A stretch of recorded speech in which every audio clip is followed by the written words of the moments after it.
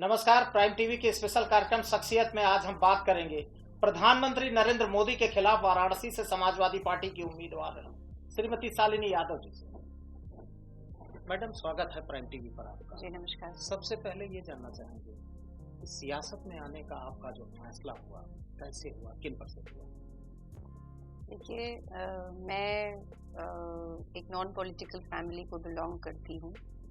और मेरी शादी जो है जिस परिवार में हुई उसका पुराना बड़ा राजनीतिक विरासत रही उसकी, और उसमें आने के बाद ही मैंने जो है, आप समझिए कि इस लाइन को वैचारिक रूप से ये एक होता है कि आपने उसको अपनाया। और बाबूजी का जो उनके साथ मुझे करीब 10 वर्षों का समय उनके साथ मैंने गुजारने का मुझे मौका मिला, जो उसमें मैंने उनकी कार्यों को और उनकी विचारों को जो देखा, उससे एक जैसे जब आप एक आपके अंदर एक होती है भावना कि जब हम यंग होते हैं, कुछ आगे अपना करियर बनाने का सोचते हैं, तो एक मन में पहले से, क्योंकि मेरे पिताजी जो हैं वो गाजीपुर से बिलोंग करते हैं, किसान परिवार को बिलोंग करते थे, तो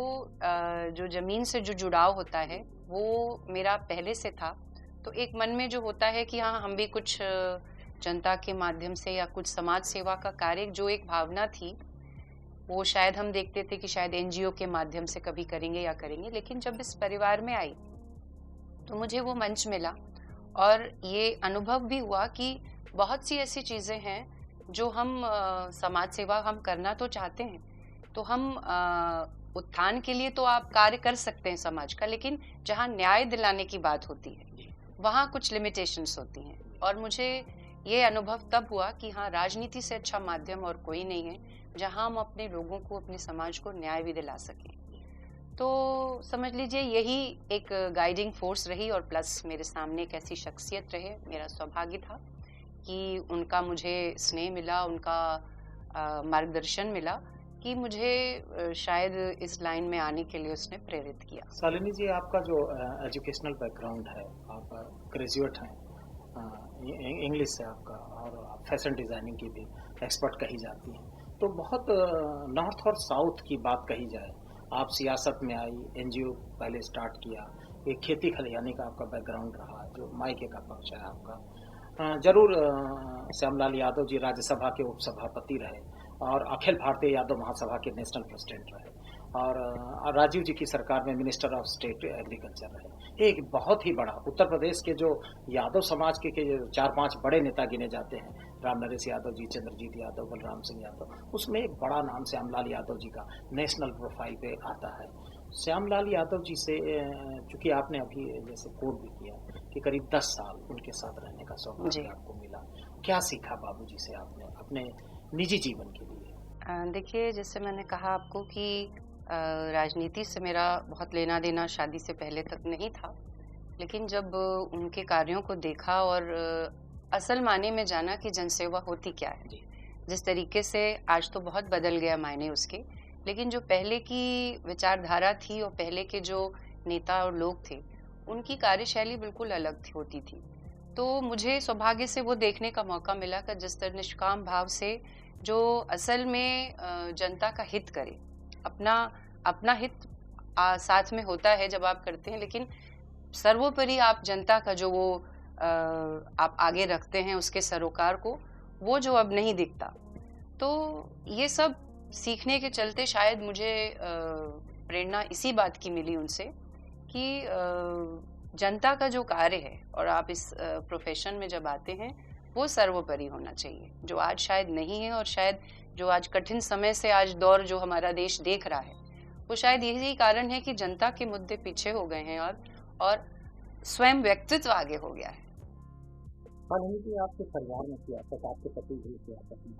आपके बाबूजी सियासत में रहा और लंबा उनका चरित्र। आपने अपने सियासी जीवन का पहला चुनाव मेयर का लड़ा, वाराणसी के मेयर का चुनाव लड़ा।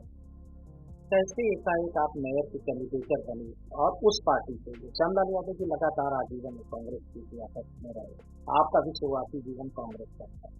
एकाएक फिर आपकी शिफ्टिंग हुई, मैं आगे आऊँगा, लेकिन मेयर के कैंडिडेटर बनने का क्या पहले से प्री प्लान था या एकाएक पार्टी की तरफ से ऑफर आई? या ग्राउंड से कोई आवाज आई कैसे आप मेयर की कैंडिडेट बनी और फिर वो जो पूरी फलसफा रहा वो जो दौर बीता मेयर के चुनाव का क्या आपने उसमें कैसे जनता का विश्वास संपादित किया? देखिए, अगर आपसे मैं कहूँ कि ये चूँकि आपने कहा कि मेरे पति भी बाबूजी के बाद राजनीति में उतर के फुल टाइम राजनीति ही कर रहे थे, अभी भी कर रहे हैं। तो मैंने एज़ सच ऐसा नहीं सोचा था कि भई कि शायद मुझे भी अलग से करना है, परिवार में जैसे साथ रह कर के जैसे एक सपोर्ट होता है और एक विचारधारा आप डेवलप करते हैं, उस रोल में थी। और मैं कहूँ कि मेयर के चुनाव के 1 हफ्ते पहले, जो नॉमिनेशन के 1 हफ्ते पहले तक मुझे कहीं ये अंदेशा नहीं था कि मुझे इस ऐसी मौका मिलने जा रहा है और उसमें मुझे उतरना है। और ये अचानक ही आया था, मेरे लिए अचानक था, लेकिन पार्टी में चूँकि परिवार का 40 साल का बैकग्राउंड इसमें बड़ा सफल रहा है राजनीतिक, तो उन लोगों की नज़र में शायद था। और चूँकि मेयर की सीट उस समय महिला सुरक्षित की गई थी, तो लोगों को महिला कैंडिडेट का खोज हो रही थी। और शायद उसमें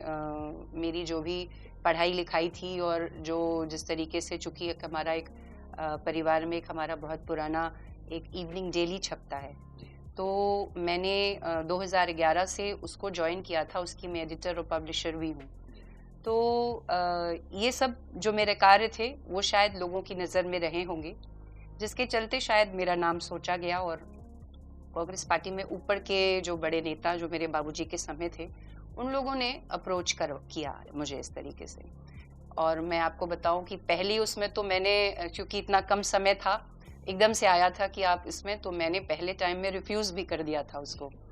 वो तो फिर परिवार की तरफ से और भी लोगों ने फिर बात को, जब इसको थोड़ा संजीदा से लेने की वो कोशिश की, बैठ के विचार विमर्श हुआ, तो हुआ कि नहीं, चलिए मौका लेना चाहिए, अगर ऐसा बात है और पार्टी को ज़रूरत है तो ये ट्राई करना चाहिए। और वो लिया गया। और फिर उसके बाद सचमुच जो रिस्पांस मिला वो तो अमेजिंग था, जिसका शायद हमें भी स्वयं एहसास नहीं था कि बाबूजी के इतने जाने के वर्षों के बाद भी आज इतना ज़्यादा स्नेह और इतना ज़्यादा सपोर्ट अभी भी लोगों में है उनके काम और नाम का। तो एक तो मुझे करीब 1.25 लाख के करीब वोट उसमें मिला, जो कि बड़ा ही अप्रत्याशित इसलिए था कि कांग्रेस का जो लोकसभा का रिकॉर्ड था 2009 और 2014 का, जिसमें लोकसभा में आप जैसे जानते हैं कि 18 लाख वोटर हैं और हमारे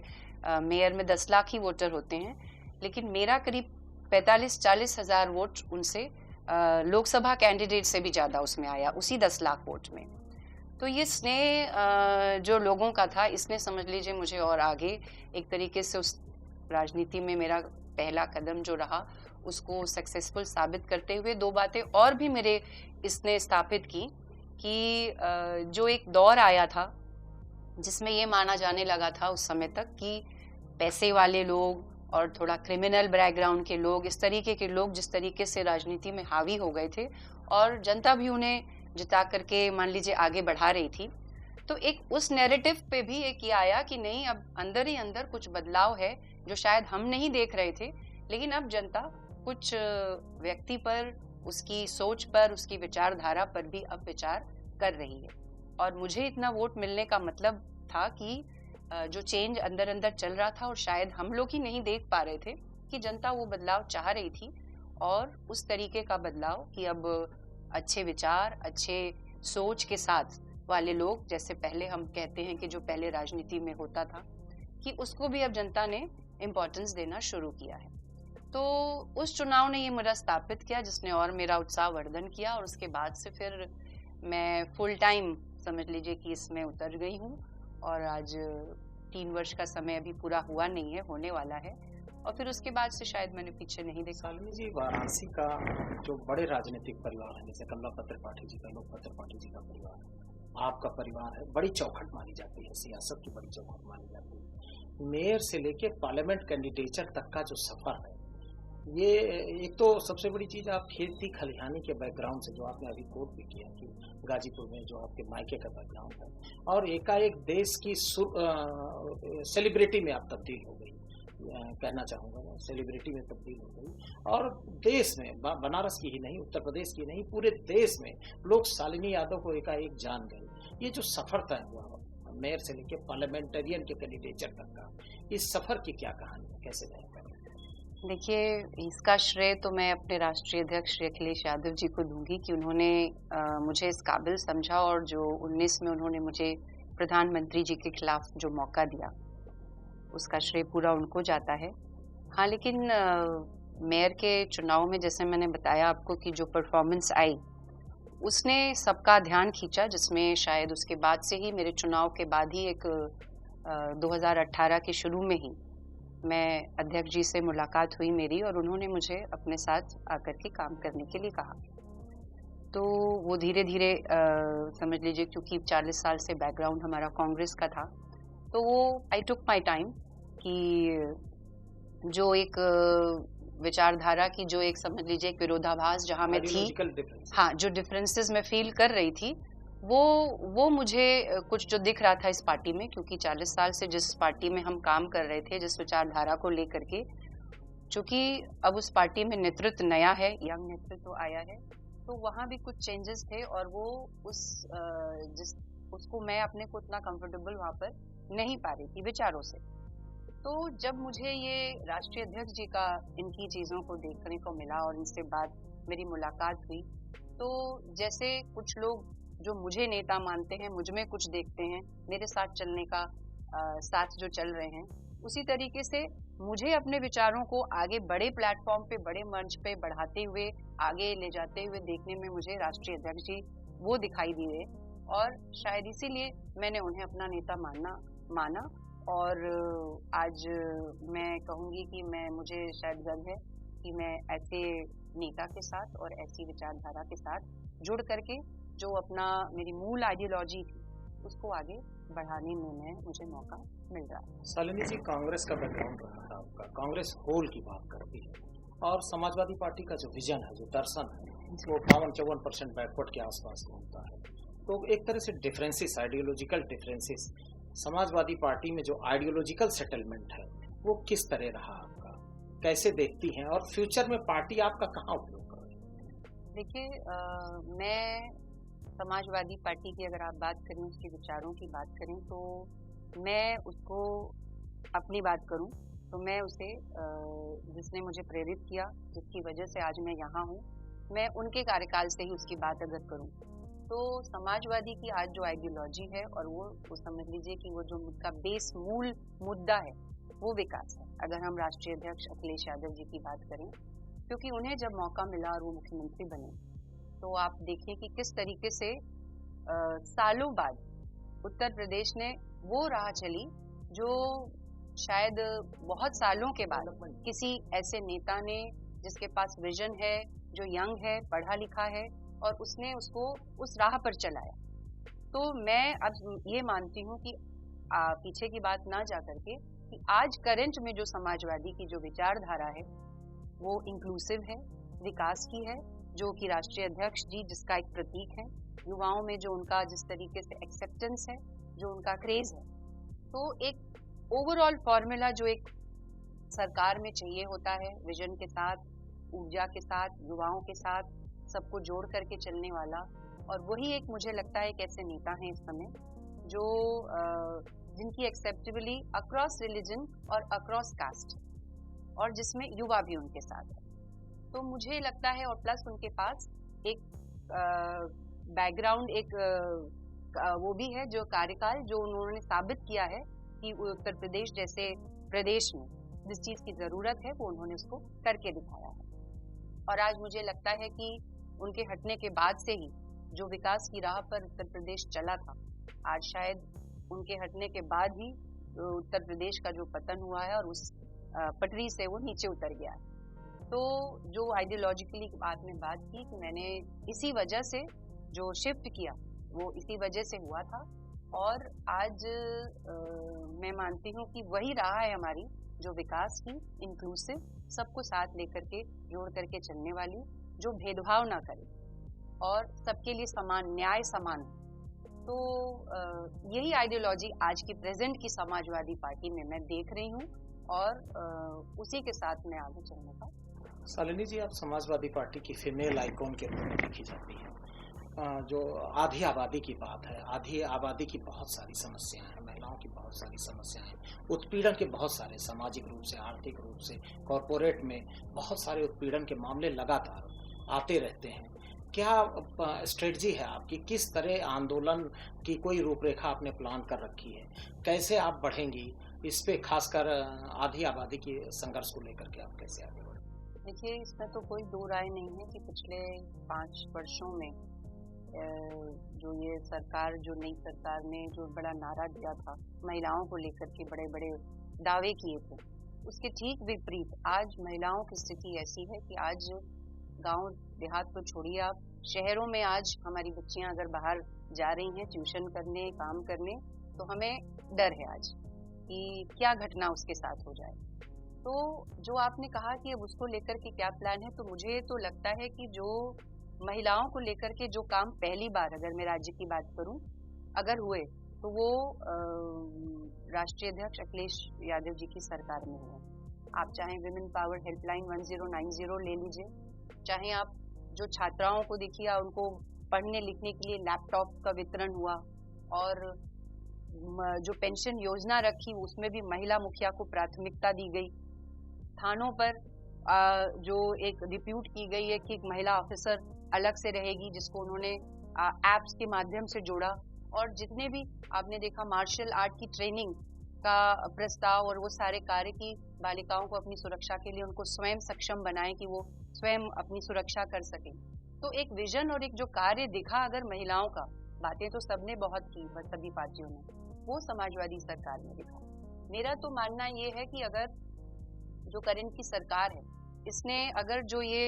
विजन और ये जो कार्य शुरू हो गए थे, सिर्फ इन्हीं का सिर्फ ढंग से संचालन अगर मात्र किया होता, अगर और कुछ अपनी सोचना विजन ना हो, अपना कुछ नया ना करके भी अगर सिर्फ उन्हीं पुरानी जो जितनी भी महिलाओं के लिए जो कार्य शुरू किए गए थे उनका संचालन मात्र ही अगर इस सरकार ने कर दिया होता, तो आज महिलाओं की इतनी दुर्गति ना होती। लेकिन आपने देखा कि किस तरीके से आज महिलाएं जो हेल्पलाइंस बनी और जो भी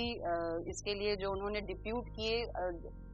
विंग्स बनाए, उनकी महिलाओं को सोचिए 6-6 महीने, साल भर से सैलरी नहीं मिली है, और वो लोग धरने पर आकर के, अभी आपने देखा होगा हेडलाइंस में था कि वो आकर के सड़क पर प्रदर्शन कर रहे हैं। जहां महिलाओं की स्थिति इतनी खराब है जिस प्रदेश में, वहां जो विंग बनी है उसे स्वयं आकर के प्रदर्शन करना पड़ रहा है। तो आप सोच सकते हैं कि कहीं भी इस सरकार के एजेंडा में महिलाएं तो हैं ही नहीं। आज आप देखिए, रोज आप अखबार खोलते हैं और आप अपना ऑनलाइन अगर आप अपना सोशल मीडिया पे हैं, आप ओपन करते हैं, तो आप देखेंगे शुरुआत दिन की एक छोटी बच्ची के बलात्कार से, उसकी हत्या से होती है। तो आज जो स्थिति है वो बहुत ही गंभीर है, और वो ऐसे ही नहीं आई, वो चूंकि महिलाएं इस सरकार के एजेंडा में नहीं है, इस वजह से ये आज स्थिति बनी। शालिनी जी, उत्तर प्रदेश की जो सियासत है, Priyanka Gandhi ji national general secretary हैं, और उत्तर प्रदेश में बहुत जल्द चर्चा है कि वो यहाँ फ्लैट लेके शिफ्ट हो रही हैं, उत्तर प्रदेश की राजनीति को आगे बढ़ रही हैं। बहन जी काम कर ही रही हैं बीएसपी सुप्रीमो।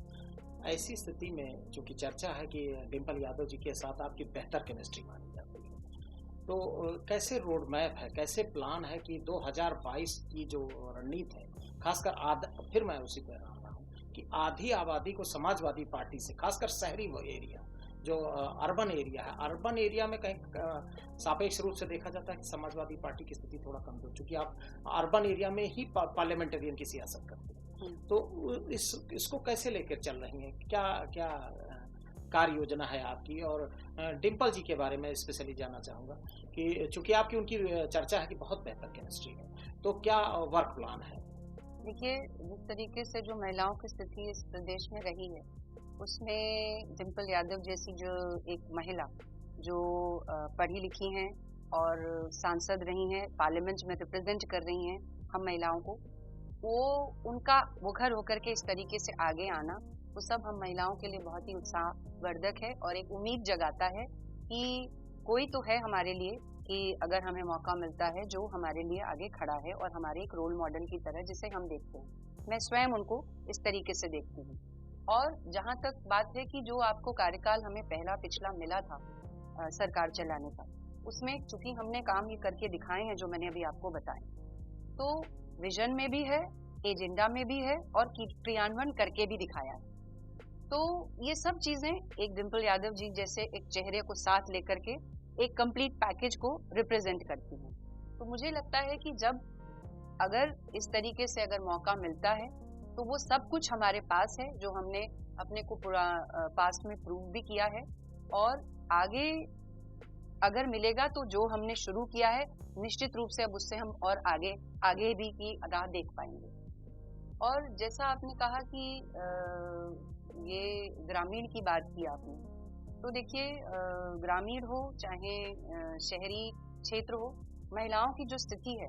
आप शायद यही विजन था कि देखिए बालिकाओं के लिए जो साइकिल का और लैपटॉप का वितरण किया गया, वो इसीलिए कि मुख्य धारा में उनको लेकर के जाया, जो उनकी पढ़ाई लिखाई है। अगर एक बालिका शिक्षित होती है तो वो अपने पूरे परिवार को शिक्षित करती है आगे के लिए, एक पूरा परिवार जो है आगे प्रोग्रेस करता है। तो इस सोच की वजह से ही देखिए कि हमारे राष्ट्रीय अध्यक्ष जी ने किस तरीके से उनके ऊपर फोकस करके उन्हीं के लिए सारे आगे की नीतियां बनाई और उसी पर काम किया कि बच्चियों को स्कूल जाने के लिए उनको साइकिल मिलेगी, क्योंकि ये भी समस्या है, स्कूल दूर होता है। तो देखिए साइकिल बांटी गई, उनको लैपटॉप दिया गया, जो मेधावी छात्राएं थी उनको ये स्कॉलरशिप्स दी गई, उनको मार्शल आर्ट की, मतलब जो भी आप महिलाओं के लिए बालिकाओं के लिए कर सकते थे वो सब कुछ उन्होंने, जैसे पुलिस से भी जोड़ के, एक ऐप से जोड़ करके, मॉडर्न टेक्निक के हिसाब से भी उसको, जैसे आज आप 100 की आप सफलता देख रहे हैं, उसी तरीके से विजन से 1090 को भी जोड़ा गया था। बट चूंकि 1.5 साल के बाद सरकार जो चली गई, उनकी जो मेन काम उनके 1.5 साल के आखिर के समय में ही हुए, क्योंकि शुरू में उतना मौका नहीं मिला। तो जब सरकार चली गई तो आप देखिए उनके सब कामों को जो है स्टॉल कर दिया गया जानबूझ करके, क्योंकि वो सब काम अच्छे थे जो जनता का लाभ कर रहे थे, महिलाओं का लाभ कर रहे थे, किसानों की लाभ हो रहा था जिससे। तो शालिनी जी, आप सामाजिक संगठनों से भी काफी जुड़ी हुई हैं, अखिल भारतीय यादव महासभा में, खासकर मुंबई, और आप पूर्वी उत्तर प्रदेश से आती हैं। अबू हाशिम आजमी साहब मुंबई में सक्रिय हैं। आपके ज्यादातर जो सामाजिक संगठनों के कार्यक्रम हैं वो मुंबई में काफी देखे जा रहे हैं, मुंबई में काफी एक्टिव हैं। इसके पीछे क्या कोई स्पेशल कारण? देखिए अखिलेश यादव जी के जो सपोर्टर्स हैं, वो फैंस हैं, वो अक्रॉस द कंट्री, आप तमिलनाडु ले लीजिए, आप मुंबई ले लीजिए, आप मध्य प्रदेश ले लीजिए, गुजरात ले लीजिए। तो मुझे लगता है जब मुझे राष्ट्रीय अध्यक्ष जी ने एक ऐसे हाई प्रोफाइल सीट से जब उन्होंने मुझे चेहरा बनाया, तो उन्होंने अपने आप मुझे वो एक्सेस दे दी जो उनकी खुद स्वयं पूरे देश में थी। तो ये रीजन है कि जो आपने कहा कि आपके कार्यक्रम वहाँ हो रहे हैं, मेरे बच्चे मुंबई में पढ़ते हैं,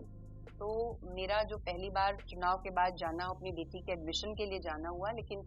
चूंकि अब वहाँ से चुनाव ऐसी हाई प्रोफाइल से लड़ा था कि वहाँ से सारे लोग, वो जो आप कह रहे हैं कि जो राष्ट्रीय अध्यक्ष जी को जो अपना आइडॉल मानते हैं, वो सारे लोग, और जिस तरीके का परफॉर्मेंस भी बनारस से आया,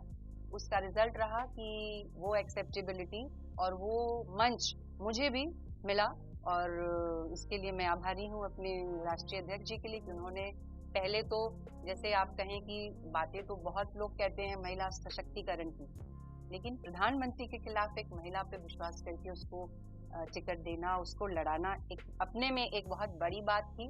और मुझे लगता है इससे बड़ा उदाहरण और कोई नहीं हो सकता जो महिला सशक्तिकरण की हम बात करते हैं। तो ये राष्ट्रीय अध्यक्ष जी ने करके दिखाया, और मुझे लगता है कि मैंने भी शायद उनको नाउम्मीद नहीं किया। शालिनी जी, 2022 में लगभग 15 महीने बाकी हैं। 2022 और 2000, चूंकि आप पार्लियामेंट का चुनाव लड़ी हैं, मैं आपका जो कहा जाए होम पार्लियामेंट कॉन्स्टिट्यूएंसी चंदौली से बाबूजी लगातार मेंबर ऑफ पार्लियामेंट है, शिवपुर बनारस शहर में आती है, सैयद राजा है, मुगल सराय है, कई यादव डोमिनेटेड सीटें हैं, और चंदौली पार्लियामेंट आपके परिवार की रही है, परंपरागत ट्रेडिशनल सीट में कन्वर्ट होती है। तो 2022 को लेकर के कोई इरादा है, पार्टी प्रेसिडेंट से कोई ऐसा बात हुई है आपकी, या 2024 फिर वाराणसी ही लड़ेंगी, चंदौली लड़ेंगी, या अलग कहीं पार्टी मूव करा सकती है क्या? देखिए जो मैं अपना रोल जो है, मुझे जो एक बड़ा मंच दिया राष्ट्रीय अध्यक्ष जी ने, और उससे उसी के मतलब उसने मुझे और सुविधाजनक मेरे इस राह को किया आगे कार्य करने के लिए, पार्टी की नीतियों पर काम करने के लिए। वो प्लेटफॉर्म जो मुझे उन्होंने दिया, तो मैं अपने को अब एक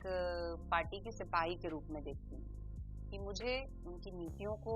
के साथ चलते हुए, उनकी विचारधारा को आगे बढ़ाते हुए, जो मेरा एम था इस समाज सेवा में, इस प्रोफेशन में आने का, कि मैं जनता की सेवा कर सकूं। बाबूजी की तरह शायद आधा भी अगर मैं उनकी तरह कुछ कर पाऊंगी तो मैं अपने जीवन को सफल मानूंगी। तो उनकी विचारधारा को लेकर के मैं जनता की सेवा कर सकूं, तो मैं उस रोल को सिपाही की तरह इसलिए देखती हूँ कि देखिए, जैसे सिपाही एक देश के लिए जब जाता है लड़ाई करने के लिए, तो वो अपने बारे में नहीं सोचता। अगर अपने बारे में सोचेगा तो शायद वो कभी ना जाए, कि जहाँ जा रहे हैं वहाँ तो जान का सबसे पहले खतरा है। वो जाता है अगर तो देश की रक्षा के लिए जाता है, अपनी विचारों के लिए जाता है, जनता के लिए जाता है। तो मैं उस रोल में देखती हूँ कि मैं अपने नेता को, जिनकी विचारधारा से मैं प्रभावित हूँ, जिनकी वजह से मैं आज यहाँ हूँ, उनको मुख्यमंत्री मुझे बनाना है, ताकि जो ये इस समय जो कठिन दौर से उत्तर प्रदेश गुजर रहा है, और जो सभी लोग जो संकट की स्थिति में आ गए हैं, चाहे किसान हो, बेरोजगारी का आप हाल देखिए, महिलाओं की स्थिति तो कहीं छुपी नहीं है। तो इन सब कारणों के लिए मैं इस रोल में अपने को मानती हूँ कि मेरा लक्ष्य एक ही है, कि जिसकी पूर्ति उसी से होती है कि जनता को राहत मिले, उसकी जो दुर्दशा है वो ठीक होनी चाहिए, और उसका रास्ता सिर्फ एक ही है कि हमें अपने राष्ट्रीय अध्यक्ष जी को मैं किस तरीके से हम मुख्यमंत्री बनाएं, और फिर से वो सुशासन और वो विकास की राजनीति जिसका वो पर्याय है, वो हम वापस प्रदेश में ला सकें। नितांत व्यक्तिगत सवाल, अपने बच्चों को, परिवार को कैसे समय देती हैं? ये महिला होने का एक, समझ लीजिए, ये एक डबल चैलेंज है। आपने कहा कि